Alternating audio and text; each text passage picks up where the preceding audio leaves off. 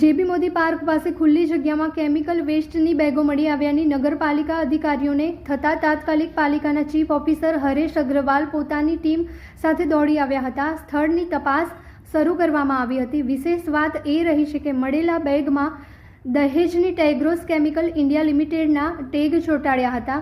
આ બાબતે નગરપાલિકા દ્વારા તરત જીપીસીબીને જાણ કરવામાં આવી હતી, જેના પગલે જીપીસીબી દ્વારા તપાસ હાથ ધરવામાં આવી છે।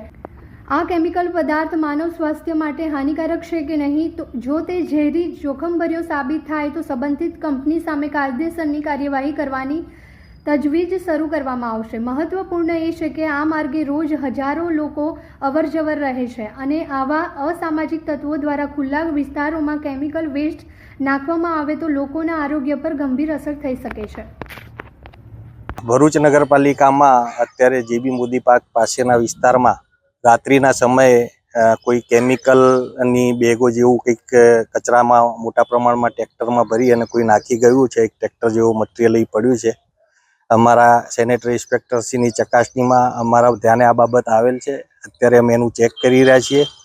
પ્રાથમિક દ્રષ્ટિએ જોતાં એની ઉપર જે એની સ્લીપ મારેલી છે એમાં Tagros chemical India private limited બતાવે છે। આ કોણ નાખી ગયું છે એની અમે તપાસ કરી રહ્યા છીએ।